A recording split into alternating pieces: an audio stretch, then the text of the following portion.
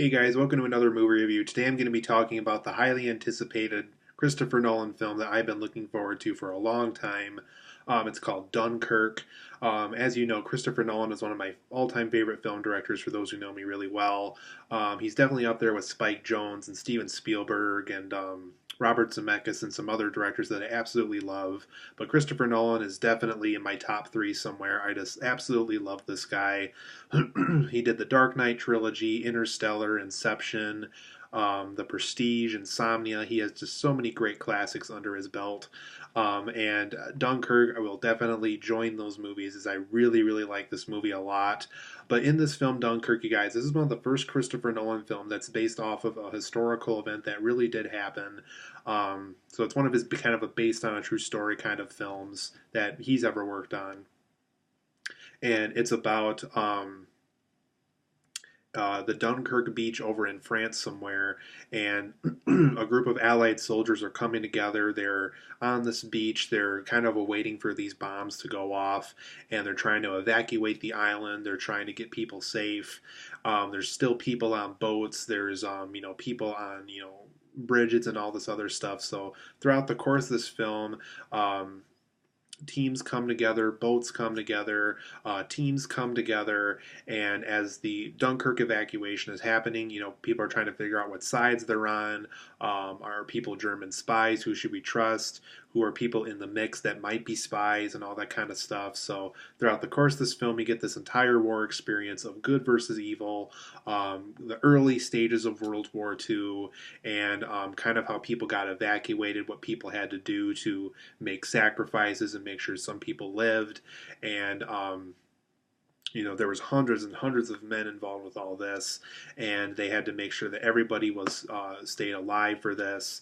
So it's an evacuation story during World War II on the Dunkirk beach in France, and we get to see everything play out. We get to see the people who lived and died and sacrificed themselves to make sure others lived in this war. It's a very intense war experience that Christopher Nolan beautifully handled in this movie.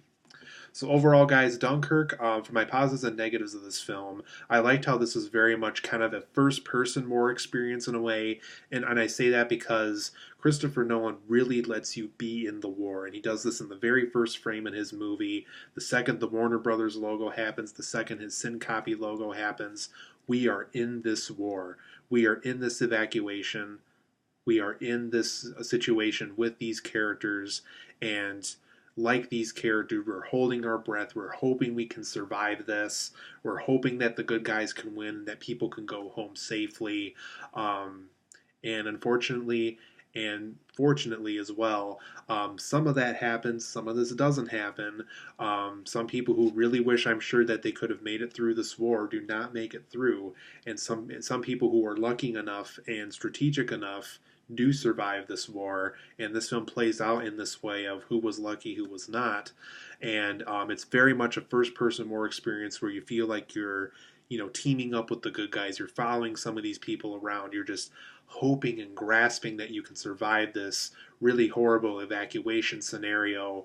And like I said, Nolan handles this war experience really, really well. We really feel like we're watching something play out in front of us, and that we're not giving textbook history lesson here. We really feel like we're in the textbook history lesson with these characters as the situation plays out. I also like how this movie shows the sacrifices and horrors of war. It really shows that war isn't pretty. War will do things to you, will mess with your mind, will make you do things that you wouldn't normally do on the average day or of your life. You're willing to make that sacrifice. You're willing to help that random person out. You're willing to just do things and have to do things in order to survive. And like I said, this film showcases this beautifully, and it shows that, well, war sometimes isn't very pretty.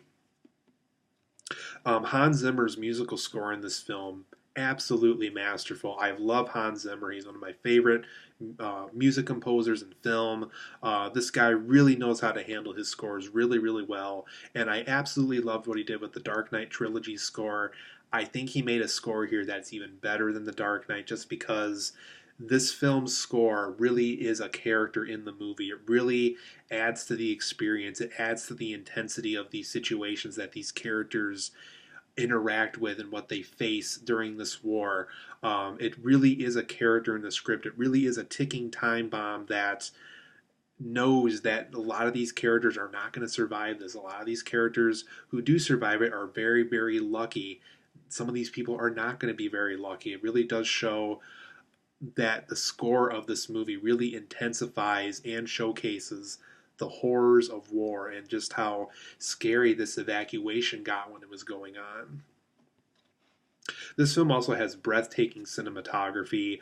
I can't say the cinematographer's name because it's very, very long and I had a hard time saying it when I was reading it online. So I apologize who did the cinematography of this film. He did a beautiful job. But that being said, I know it wasn't Wally Pfister. He wasn't involved with this movie. He's worked on other Nolan films in the past. But whoever did the cinematography of this film did a breathtaking, beautiful job.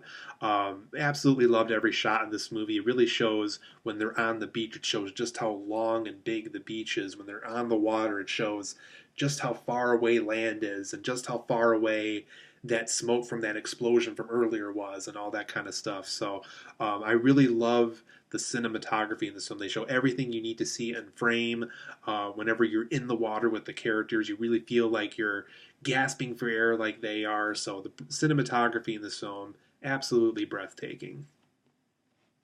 There's also some great performances in this film, and unfortunately, it's not a very dialogue-driven story, and I would say it's not even a action-oriented story. It's definitely a story where these characters are trying to survive this situation, and we kind of learn about them and we understand who they are as people through their actions in these scenarios in this movie. And some standouts for me, because like I said, great performances all around. There really isn't a bad performance I can really name in this movie. But for really, really good performances that were in this, Mark Rylance, who plays one of the captains of one of these yacht boats in this movie, really terrific job. He really showed that to really survive this war, you kind of have to be the hero. You have to go into places that you're normally not comfortable with bringing the boat to, and you have to be willing to welcome people who are in the water that you maybe might not trust at first, but you kind of have to go with it. You kind of have to go where the war takes you. You have to go where you think the safety is. You know, is there safety? You have to figure out all these things as you go along because sometimes the answers aren't going to be in front of you in these situations. And Mark Rylance's character, I think, fully embraces this idea of the war. And I really loved his performance in this movie. He won an Oscar for his role in Bridge of Spies, which is very deserved. I loved him in that movie, and I love him in this movie. He really nailed this role that he played in the movie. Cillian Murphy also thought a really good job in this movie. His character definitely shows the how war can psychologically hurt a person, how it can really make you feel like there really isn't any place safe, that if you or go back to land, the very land that hurts you, it's going to hurt you again if you go back. If you are on a boat or something happened during the war, if you were hurt by gunfire, if you lost one of your sense of hearing, one of your ears through a weapon or whatever, that it's going to hurt you psychologically, almost probably for the rest of your life. So I like how these performances really showcase these things. It really just showcased probably all the possible scenarios that these soldiers faced during the Dunkirk evacuation. And Cillian Murphy, Mark Rylance did beautiful jobs.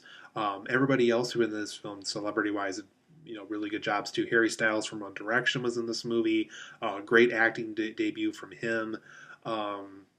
Kenneth Branagh is in this movie. He doesn't really have a huge role, but when he's in the movie, he's very good. Same with James Darcy, and same with Tom Hardy. Tom Hardy's role I thought was really cool, and I'll get to his scenes in a minute. So overall, great performances in this movie. Now going back to Tom Hardy, he plays a fighter pilot in this movie, and man, when he is that fighter pilot in these scenes in this movie, really, really awesome to watch. I completely was sold on his fighter pilot abilities in this movie for his character.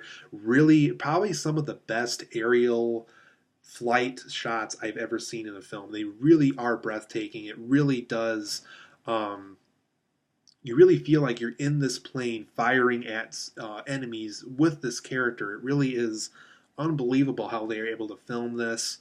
Just I absolutely loved all the fighter pilot scenes in this film. They're unbelievable. They're breathtaking.